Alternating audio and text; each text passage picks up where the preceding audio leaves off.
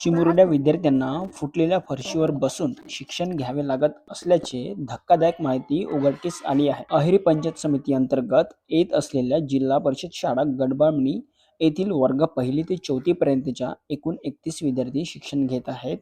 या शाळेत 2 शिक्षक आहेत. चिमुरड्या विद्यार्थ्यांना फुटलेल्या फरशीवर बसून शिक्षण घ्यावे लागत आहे. त्यामुळे चिमुरड्या विद्यार्थ्यांच्या सुरक्षिततेबद्दल चिंता व्यक्त केली जात आहे. याविषयी अधिकची माहिती घेण्यासाठी गट विकास अधिकारी यांना भ्रमणध्वनीद्वारे संपर्क केले असता प्रतिसाद मिळाले नाही. येथील गट शिक्षण अधिकारी अहेरी यांना संरक्षण भिंती पडल्याबाबत नगराध्यक्ष अहेरी यांना 8 ऑगस्ट 2023 रोजी, त्यानंतर 4 मार्च 2024 रोजी मुख्याध्यापकांकडून पत्रव्यवहार करून देखील दुर्लक्ष करण्यात आलेले आहे. एकीकडे जिल्ह्याची ओळख स्टील हब म्हणून जगासमोर दाखवत आहेत, दुसरीकडे जिल्हा परिषद शाळेची दुरावस्था होऊन तेथील विद्यार्थ्यांना शिक्षण घेण्यासाठी कमालीचा त्रास सहन करावा लागत आहे. जिल्हा परिषद प्रशासन, येथील आमदार, खासदार, सहपालकमंत्री, पालकमंत्री तथा महाराष्ट्राचे मुख्यमंत्री असल्याचे विद्यार्थ्यांच्या पालकांकडून चिंता व्यक्त केली जात आहे. विद्यार्थ्यांसाठी नवीन वर्गखोली बांधकाम करण्यात आली होती, मात्र 1 वर्षातच इमारतीला भेगा पडल्या आहेत. चिमुरड्या विद्यार्थ्यांना फुटलेल्या फरशीवर बसून शिक्षण घ्यावे लागत आहे. शाळेची संरक्षण भिंती देखील नाही, त्यामुळे शाळकरी लहान चिमुरड्या विद्यार्थ्यांच्या जीवाला धोका निर्माण झालेला आहे. अशा दुरावस्थेमुळे येथील जिल्हा परिषदेचे कारभार आणि प्रशासकीय व्यवस्थेवर प्रश्नचिन्ह निर्माण झाले आहे. ही परिस्थिती केवळ विद्यार्थ्यांच्या शैक्षणिक भविष्यावरच नव्हे तर त्यांच्या शारीरिक सुरक्षिततेवरही गंभीर परिणाम करत आहे. या प्रकारामुळे पालकांमध्ये संताप व्यक्त होत असून त्यांनी तत्काळ यावर उपाययोजना करण्याची मागणी केली आहे. प्रशासनाने याकडे गांभीर्याने लक्ष देऊन लवकरात लवकर या शाळेची दुरुस्ती करावी आणि विद्यार्थ्यांना सुरक्षित व योग्य वातावरण शिक्षण घेण्याची सोय उपलब्ध करून देण्यात यावी, अशी मागणी केलेली आहे. सध्या मी जिल्हा परिषद प्राथमिक शाळा गडबामणी या ठिकाणी आलेला आहो.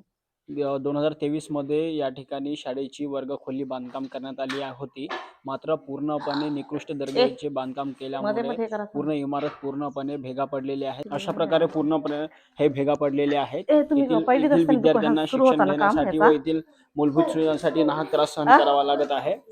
या ठिकाणी जिल्हा परिषद शाळा ही वर्गखोली आहे. इकडे दाखवा बरं.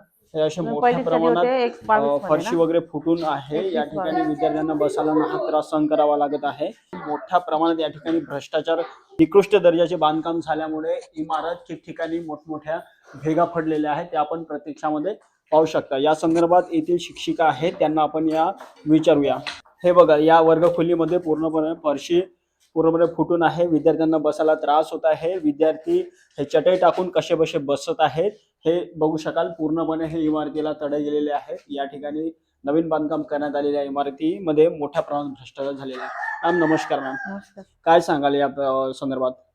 सर, आता ही इमारत तर नवीनच आहे, पण आता हे बांधकाम असं झाल्यामुळे ते फरशी वगैरे सगळं फुटले, मुलांना बसण्यासाठी त्रास होत आहे. हो का?